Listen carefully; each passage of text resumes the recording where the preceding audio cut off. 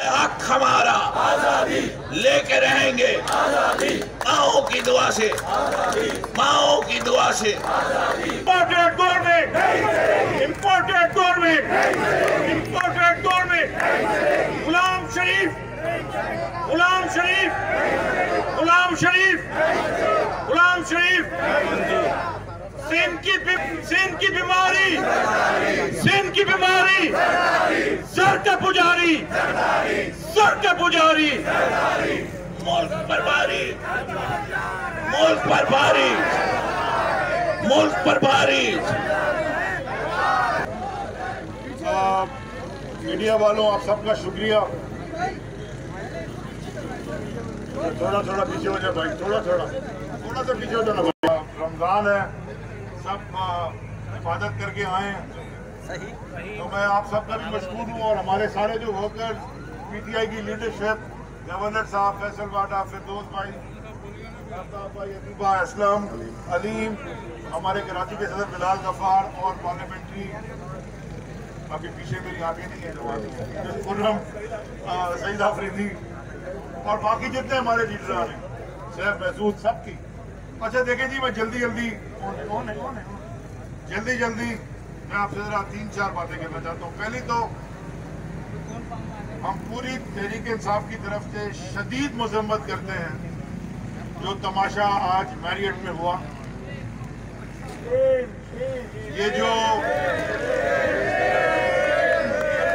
मैंने ये भी सुना है कि जो बुजुर्ग जिनके साथ बदतमीजी की, जिनके ऊपर हाथ उठाया गया, वो शायद एक रिटायर्ड फौजी भी हैं। और फ्रीडम ऑफ स्पीच के अगर आप खिलाफ हैं तो ये तो अब आपको पता चलेगा। आप जहां जाएंगे, पाकिस्तान में नहीं, पाकिस्तान के बाहर भी जाएंगे तो आपके ऊपर लोग नारे लगाएंगे, लोटे के भी और गद्दार के भी। क्योंकि आपने चलो हमारे वाले जो चले गए वो तो लोटे हैं, लेकिन जो ये 3.5 तक आपने दोबारा नहीं किया। अब चीफ जस्टिस के पास वो खत जा चुका है, कैबिनेट की मंजूरी के बाद चेयरमैन सेनेट के पास भी जा चुका है, सदर मुमलिकत डॉक्टर आरिफ अलवी के पास भी जा चुका है, सारे इदारों के पास जा चुका है, नेशनल सिक्योरिटी काउंसिल की मीटिंग हो चुकी है। उसके बावजूद बाहर से फंडिंग लेके और बाकी अवाम के चोरी के पैसों से ये जो छांगा मांगा की पॉलिटिक्स जो कभी शायद दफन कर दी थी, उसको जगाया गया। कहाँ से लोग हमें इधर इंशाल्लाह इसी ग्राउंड में सैटरडे को 16 अप्रैल 9 बजे रात, मैं पहले समझ रहा था कि शायद कराची की तारीख का सबसे बड़ा जलसा होगा, जो आज मैं और गवर्नर साहब बैठ के बात कर रहे थे, हमें ऐसा लग रहा था कि कराची की तारीख का नहीं, मेरे ख्याल में बड़े सगीर की तारीख का सबसे बड़ा जलसा इधर होने जा रहा है। बिस्मिल्लाहिर्रहमानिर्रहीम। अली जैदी ने ज़्यादातर पॉइंट्स कवर कर दिए हैं। मैं 1-2 बातें आपसे करना चाहता हूँ। FIA के डायरेक्टर डॉक्टर रिजवान जो इंक्वायरी कर रहे थे इसकी सारी कमीशन की, उनको अपने ओहदे से हटा दिया गया और कल उनके ऊपर भी चार्जेस फ्रेम किए जाएंगे कि वो इंक्वायरी इनके ऊपर क्यों कर रहे थे।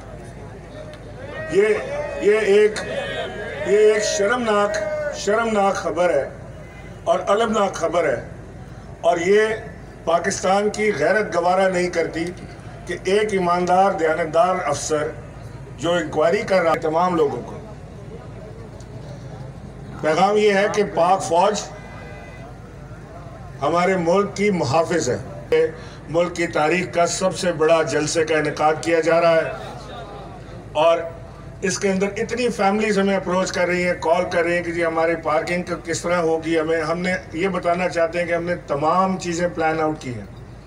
आपको पार्किंग भी सहूलत से मिलेगी, ख़वातीन का इंक्लोजर भी बिल्कुल अलहदा होगा, फैमिलीज़ का इंक्लोजर अलहदा होगा, शटल बसेस होंगी और ख़वातीन को ख़ास तौर से हम पूरी प्रोटेक्शन इज़्ज़त के साथ देंगे। तो आपने, क्योंकि ख़वातीन हमारी तहरीक इंसाफ की सफ़े अव्वल की मुजाहिदा हैं, ये जो ख़वातीन हैं इनके बेसिस पे पूरे घराने खान साहब के साथ खड़े हुए, कन्वर्ट हुए। क्योंकि मेरा ये मानना है कि हमारी ख़वातीन में शऊर ज़्यादा है मर्दों के मुकाबले में, वो ज़्यादा अक़ल और समझ रखती हैं, क्योंकि वो एक पूरी फैमिली की चलाती है ना, वो अपने बच्चों को ने दिया, इससे पहले किसी ने नहीं दिया था।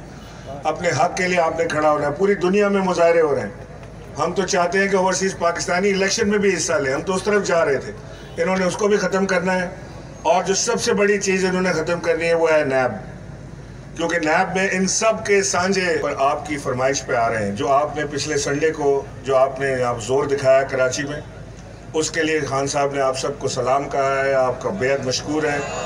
और इंशाअल्लाह इससे बहुत बड़ी तादाद यहाँ पर हाजिर होगी और हम यहाँ पर पाकिस्तान की तारीख का सबसे बड़ा जलसा करेंगे। पाकिस्तान जिंदाबाद।